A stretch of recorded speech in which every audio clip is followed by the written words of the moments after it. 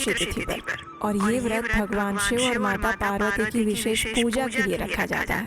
संध्या काल में यानी प्रदोष काल में भगवान शिव की पूजा की जाती है, मनोवांछित वर मांगे जाते हैं और संपूर्ण दिन में उपवास रखा जाता है। इसी को प्रदोष व्रत कहते हैं। इस व्रत का पालन करने से भक्तगण भगवान शिव को प्रसन्न कर सकते हैं। और ऐसा ही प्रदोष का व्रत बस कुछ ही समय में आने वाला है। तो चलिए आज के इस वीडियो में जानते हैं कि इस बार प्रदोष व्रत कौन से दिन आ रहा है, इस दिन के शुभ मुहूर्त क्या रहेंगे, प्रदोष काल में भगवान शिव की पूजा करने का समय कौन सा रहेगा, इन सब के ऊपर आज बात करेंगे। तो आइए आज का प्रदोष व्रत कब है, ये विशेष वीडियो आरंभ करते हैं। इस बार आषाढ़ मास के शुक्ल पक्ष की त्रयोदशी पर आने वाला प्रदोष व्रत होगा 26 जुलाई 2026 रविवार के दिन। त्रयोदशी तिथि का आरंभ हो जाएगा 26 जुलाई 2026 दोपहर में 1:57 पर और ये तिथि समाप्त होगी अगले दिन यानी 27 जुलाई 2026 सोमवार के दिन शाम 4:14 पर।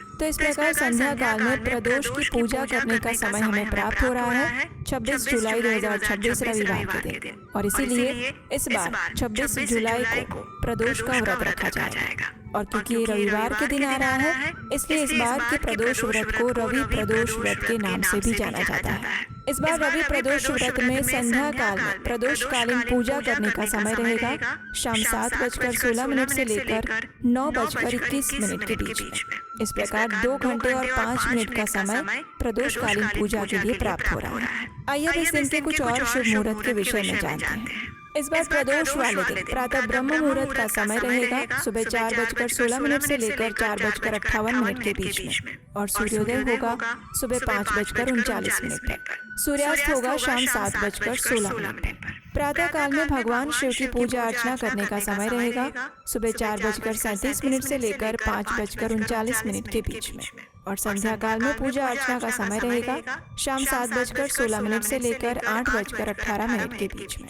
इस दिन सर्वार्थ सिद्धि योग भी बन रहा है जो कि रहेगा सुबह 7:34 से लेकर अगले दिन सुबह 5:40 तक। अभिजीत मुहूर्त का समय रहेगा दोपहर में 12 बजे से लेकर 12:55 तक और अमृत काल रहेगा मध्य रात्रि में 3:18 से लेकर अगले दिन सुबह 5:05 तक। विजय मुहूर्त रहेगा दोपहर में 2:44 से लेकर 3:38 तक और इस दिन राहु काल का समय रहेगा शाम 5:34 से लेकर शाम 7:16 के बीच में।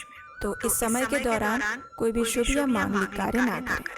अब देखिए कई भक्त ऐसे हैं जो एक दिन पहले देवशयनी एकादशी का व्रत रखने वाले होंगे और वो अगले दिन रवि प्रदोष व्रत भी रखेंगे। तो अब ऐसे में समस्या आती है कि जो भक्त एकादशी रख रहे हैं वो प्रदोष का व्रत कैसे रख सकते हैं। तो देखिए एकादशी के अंदर निर्धारित समय के अंदर अगले दिन यानी द्वादशी या त्रयोदशी पर पारण करना होता है और इस बार ये द्वादशी और त्रयोदशी वाले दिन पारण के समय में ही रवि प्रदोष व्रत भी आ रहा है। तो ऐसे में जो भक्त एकादशी व्रत का पारण करना चाहते हैं उन्हें सिर्फ यही करना है कि प्रातः काल में पारण के सभी नियमों का पालन करें और फिर जब स्वयं भोजन प्रसाद लेने का समय आता है उस समय भगवान शिव से विशेष प्रार्थना करें और उनसे कहें, हे प्रभु मैंने कल एकादशी का व्रत रखा था और उसके पारण हेतु मैं चावल का एक दाना स्वीकार करके ही अपने इस एकादशी व्रत को समाप्त कर रही हूँ। कृपया आप मेरे इस प्रदोष व्रत को स्वीकार करें।